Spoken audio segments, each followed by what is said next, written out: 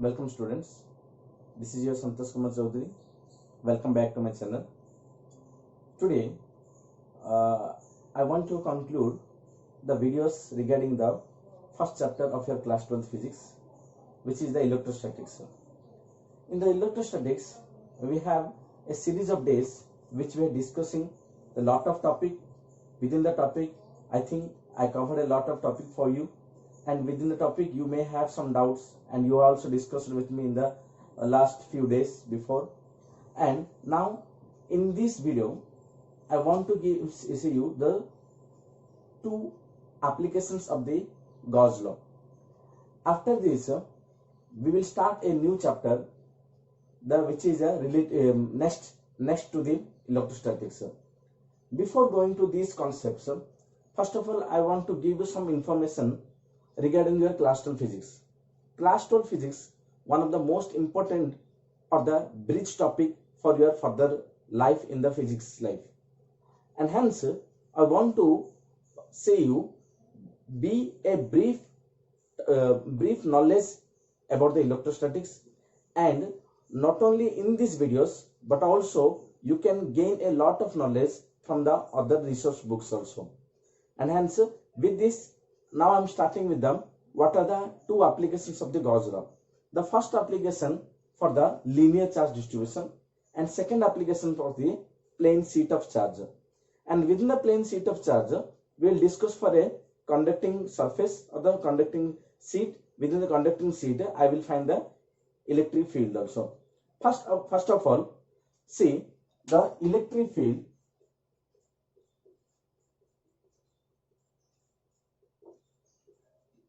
For linear charge distribution,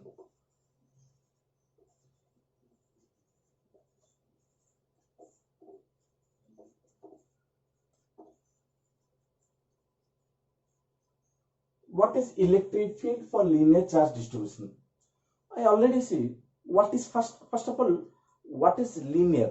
Linear means here we can simply say in a line wise, means if I will take a line of charge, this I will take a line, it is filled with some charges.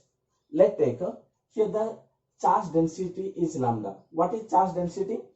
Charge per unit length is the lambda, and I want to find the electric field at a distance from the center of this linear charge at point P.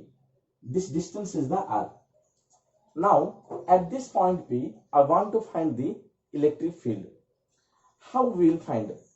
We know that here it is an application of Gauss law. That means what? We are applying the Gauss law to find the electric field.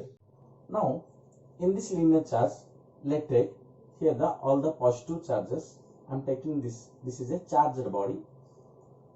In this charged body, I want to find the electric field at point P, which is at a distance of from the center of the linear charge, or at a distance of r from to the field. Now I said already the lambda is the linear charge density. That means what? If there is let some charges is present in some charge, what is the, if you take the what is the in a unit what amount of charges present, that we are finding the linear charge density. In this linear charge density lambda, let's take this length is the L length. Okay. Now I want to find the electric field at point P, for which what I will do, simply I will take a Gaussian surface. See how I am taking.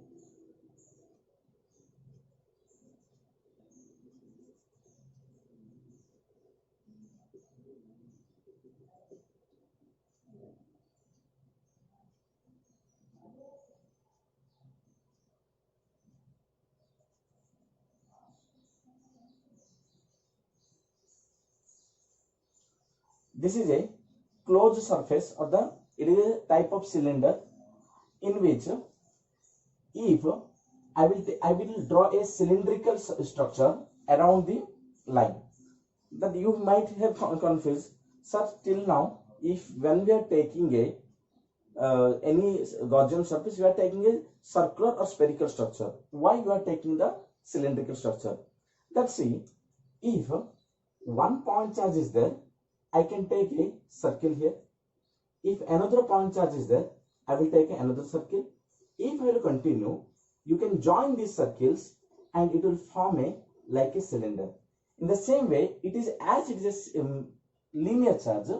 At every point there is charges are present. For every point, I can find the electric field for which I will draw a cylinder. And this cylindrical structure is the Gaussian surface. And due to this Gaussian surface, I will find the electric field at point P, for which what I will need, actually I need what is the direction of the electric field. You may see this is the, as it is a here see, if it is, we will take the point O. The OP is the direction of the electric field, means in this direction the electric field acts. Why? Because it is a positive charge and acting normally outward direction. Hence, we will find the electric field at every point, and for this every point we will depend on the closed surface, the circular surface. In the circular surface at every point we will find the electric field. And second thing is that now here, as why it is at every point here, the what is the electric field at point P is the same value it will be at the every point on the surface also. Why? Because we are depend on the symmetry. The Gaussian, when we are following the Gauss law, for the circular or the spherical surface will depend on the, what is the dependent? Will depend on the radial symmetry. In the same way, for the cylindrical structure, as every line or the line joining from the surface to the center of the line is the equal length for the all these lines. Means if I join from here to here, from here to here, at every point it will join from the center to the point to the surface of this circular surface. Then this will be all are equal length. That is the length of R. Now the point will come here. The every point the equal electric field is there, and all the lengths are equal, and the direction will be acting outward to this. Now here what happened, as it is not a closed surface, but the Gauss law will act for only for the closed surface, for which I will take the two leads. The one lead will cover to the upper surface and another lead is covered to the lower surface of the bottom. Then what will happen? It will become a closed surface or the closed cylinder. Again I am saying, when I draw a cylindrical structure, this is the around the linear charge or the line charge, then it will be an open cylinder. But what about the upper part and the lower part of the cylinder? Actually, this Gauss law only applicable for the closed surface. For the upper part and lower part, what we will do, we will take the two surfaces or the two leads, the upper part and lower part, which is the perpendicular to this closed surface, this circular surface. That means what? The direction of this field is perpendicular to the direction of the upper field, because this direction may act on the outward normal, because we know if this is a surface, then the direction will be in this direction. Hence, we can clearly say, if there will be for the closed surface, the electric field become the flux for the closed surface equal to integration E dot ds. Now the question where the ds came into existence. Here what I am doing, for the point P, I am taking a small surface ds. For the entire closed surface, entire circular surface, again I am saying, for entire circular surface, I am finding the flux only for the entire circular surface, which is the E vector dot ds vector, which is the E ds as this perpendicular and the perpendicular of the electric field, the direction of the electric field and perpendicular to this one, or the direction of this line charge, both are parallel to each other. Hence this will be theta will be 0, and this what will happen, this will be integration E ds, and this will be E integration ds, This will be E into 2 pi RL. What is 2 pi RL? It is the, you can say, in wherever when you read about the cylinder, the circular surface area, CSA, or the curved surface area, is the 2 pi RH. Here the length is the L, that's why I took as the 2 pi RL. But what about the upper part and lower part? Generally, the upper part and lower part, these both have the, here if you find the flux for the upper part and lower part, then what we get here, E ds cos 90 integration, as cos 90 is 0 and the entire value is 0, because the direction of the upper surface and the lower surface is perpendicular to the direction of the electric field. Hence, these two are the angle between these two is the 90 degree, and we can say the flux for the upper and lower part is 0. Hence, the total flux equal to E2 pi RL plus 0 equal to E into 2 pi RL. Now, we can use the Gauss law. By using the Gauss law, we can say E into 2 pi RL or phi equal to Q by epsilon naught. What is the Q here? As the surface charge density, linear charge density is lambda, and into length will be the total charge. Why? I already said linear charge density is the charge per unit length. In unit length, what amount of charge is present is the lambda, and for the entire charge or for entire length, the total charge is the lambda L. Then I can easily write down as E into 2 pi RL is which is the flux equal to lambda L is the total charge enclosed by epsilon naught. Then this will be E equal to lambda L by 2 pi RL into epsilon naught. If this L can be cancelled out, then I can write down this is the lambda into 2 pi R epsilon naught. Then what is the electric field in there for the linear charge distribution? E equal to lambda by 2 pi R epsilon naught. Understand, students? This is the electric field due to the linear charge distribution. Now we'll discuss for the electric field due to a plane sheet of charge. See, the picture already I had drawn. This is a plane sheet of charge. Okay. Actually, what I am doing, I am finding the electric field at point P. To find the electric field at point P, first I shall discuss what is the direction of electric field. Second, what is the charge density nature. Actually, this is a plane sheet of charge. Let's sigma is the surface charge density. That means it is the charge per unit surface or per unit area. Means sigma is the surface charge density for the plane sheet of charge. I will find the electric field at point P. For finding the electric field, what I will do, first of all, I will discuss what is the direction of the electric field. You can easily say the direction is acting outward normal. Why? Because this is the perpendicular to the sheet or the plane sheet of the charge, or the plane sheet of the charge. And will this direction to find the electric field at point P, this is the at point P, will draw a small area. Let's take this is the area ds, and I will name this one as the A. I will join, and at equidistance from this plane sheet of charge, I will draw another surface which is the A prime, which is the same area ds prime. Let's take this also same area ds, which is at equidistance from the plane sheet of charge. Now what I will do, I will join these two surfaces, and it will form one closed Gaussian surface. You may have thought, so what is the necessity of drawing this cylinder? Let me explain. First, what I did, I took a point P which is at a distance of R. Let's take this is the distance of R from the plane sheet of charge. To find the electric field at point P due to this plane sheet of charge, what I did, I draw the one surface. Let's take this surface is the ds and name this as the A. Here the electric field is acting perpendicular to the plane sheet and acting outward to the surface. Why? Because as it is a positive charge.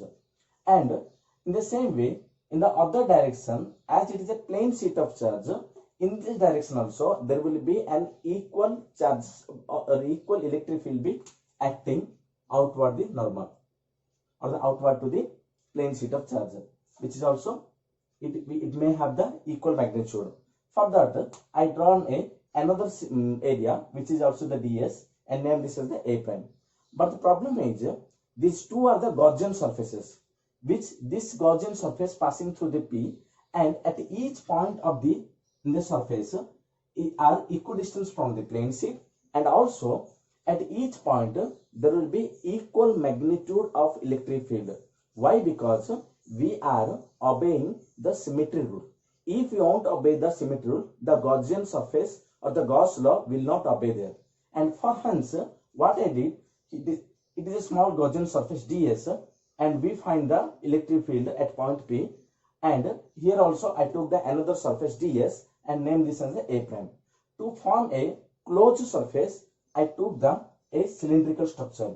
What about this cylindrical structure? If I will take a small surface in the cylindrical structure, this surface, the outer normal will give the direction of the surface. Means as the direction of the electric field and direction of the surface both are perpendicular to each other, hence they may have zero flux. But before going to for this, we'll first of all we'll discuss for this surface. As the perpendicular or the direction of the electric field and the direction of this surface both are coincident with each other or parallel with each other. Now I will find the flux for the at this point A. This will be E dot ds. Let's take this will be E ds. Let's take this is the phi 1. And the same way, I will find the electric flux for this point. Let's take this is the phi 2. The same value E dot ds. Both are the E ds. Why both are equal? Because both are equidistant from the plane sheet of charge, and they have, as these are equal magnitude and they are obeying the equal magnitude of electric field and they are obeying the symmetry rule, and hence the total electric field for the total flux at the point A prime and the at the A both are the equal. Now what about the case for the closed surface, circular surface? For the circular surface, we know, let's take this is the phi 3. If I take this will be E vector dot ds vector, as the direction of the surface is normal to the direction of the electric field, hence we can say this is the 0, and hence the total flux phi equal to E ds plus E ds equal to 2E ds. Now applying the Gauss law, we can say the total flux equal to the total charge enclosed by the surface divided by epsilon naught. Then we can say 2E ds is equal to what is the total charge enclosed by the surface? As we know, sigma is the surface charge density into the surface ds by epsilon naught. Then we can say this ds can be cancelled out, and we can write as this as a 2 equal E equal to sigma by 2 epsilon naught. This is the electric field for the plane sheet of charge. Now we shall discuss the electric field near a charge conducting surface. It is a charge conducting surface. We shall find the electric field at a distance or the point near to the surface. I will take this point as the point P. At this point P, first of all I will draw a surface. I will name this is a Gaussian surface, and at this surface we will find the electric field. See, at this surface what I will do, first of all I will draw a Gaussian surface, and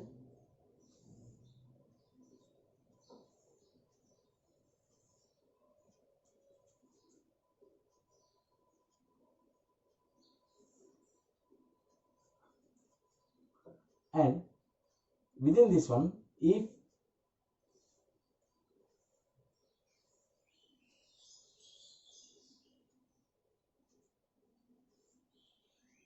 this is the A prime and this is the A. See, this surface A, where we are finding the electric field, this is the Gaussian surface, and we are joining A to form a closed surface.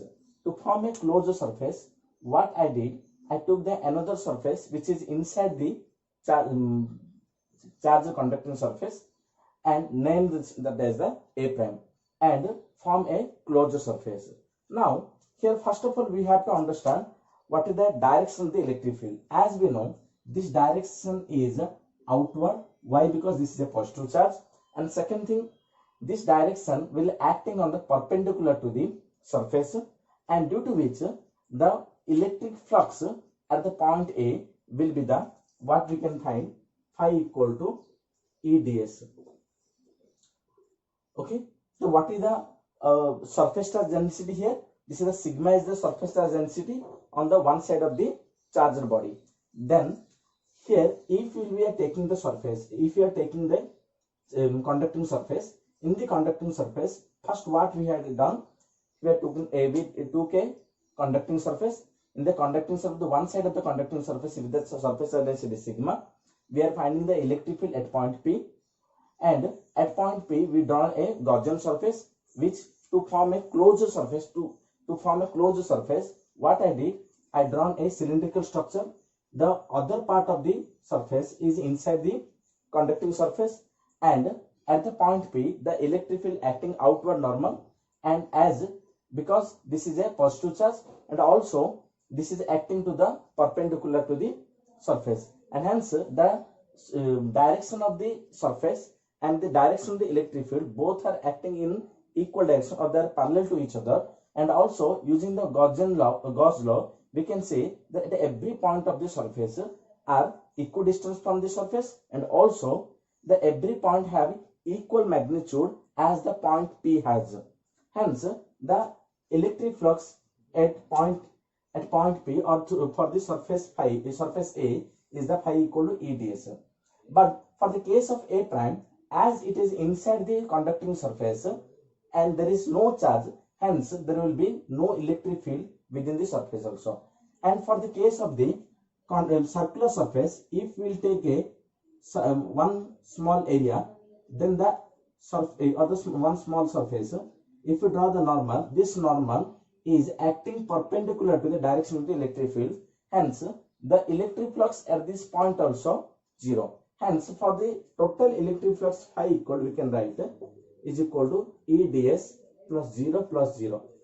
1 0 for the inside the charged surface and another 0 for the curved surface, and total electric flux becomes EDS.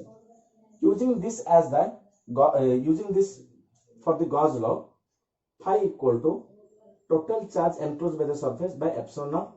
As we know, the total charge enclosed is the sigma ds. Why it is sigma ds? Sigma is the surface charge density, means the charge per unit surface into unit surface is the ds, is the total charge. Then as we know, EDS equal to sigma ds by epsilon naught. This ds and ds will be divided, sigma ds by epsilon naught ds. Then this will be electric field E equal to sigma by epsilon naught. Here one most important point is that if you are finding the charged conducting surface, what we got, the sigma by epsilon naught. For the thin plate of thin sheet of charge, if you are finding the electric field, then we got the sigma by E equal to sigma by 2 epsilon naught. Why this value is more than this value? Because this is the, as we know, what we thought, if you are taking a charge conducting surface, in the one side there will be charge, charges are there, and at point P we are finding the electric field. This electric field acting left to the surface. That means what? Here what we got, the electric field direction is this, and due to this charge there will be acting in this direction, and there will be sigma by 2 epsilon naught value we will get. But indeed what we get, the sigma by epsilon naught. Why? Because what we thought, there will be inside, there is a no charge, hence there will be, this is the only we will get the sigma by 2 epsilon naught. But the condition is that there will be another electric field might appear in this direction, which are adding with each other and become sigma by 2 epsilon naught plus sigma by 2 epsilon naught becomes the total sigma by epsilon naught. Again I am saying, what happened, this is a charged conducting surface. In a short form I took, in one side there will be positive charge. At point P we are finding the electric field, which is the direction of the electric field in this direction, but the total charge enclosed by the surface, the total electric field is the sigma by 2 epsilon naught value we have to get. But the value what we got, indeed we get the sigma by epsilon naught. Why we get in such way? Because we thought in the inside of the charge there will be no charges, hence there will be no electric field. But it has seen that there will be no charge, but there will be, we have experienced some electric field acting into the opposite direction, due to which both are adding with each other, and this will be sigma by 2 epsilon naught plus sigma by 2 epsilon naught. The total is the sigma by epsilon naught. This is the electric field near a charged conducting surface. Dear students, for this I completed the entire application of the Gauss law. Now it is your time that you may take a pause and you may read the concept from your textbooks. And also this is my request, I done this video only to learn for you, not for the promotion, for anything else. That's why make a wise use of time. And also I have listened some of the demerits of my videos. One is some videos are not clear, and this video is made only for the purpose of this lockdown period. You may use this video to learn, and this video is made from the phone only, and there is no other setups for us. We are doing in a very less and very limited resources. That's why I request you, kindly use this video to learn more and more, and you may refer your textbooks, and if any doubt you can contact me. If other persons apart from my school, if any other persons are seeing my video or watching my video, simply put your phone number or anything in the comment box. I will reply you by message or call. Okay, thanking you all. And again I'm saying, if anyone not subscribed to my channel, kindly subscribe to my channel and get the latest video updates. Thank you all.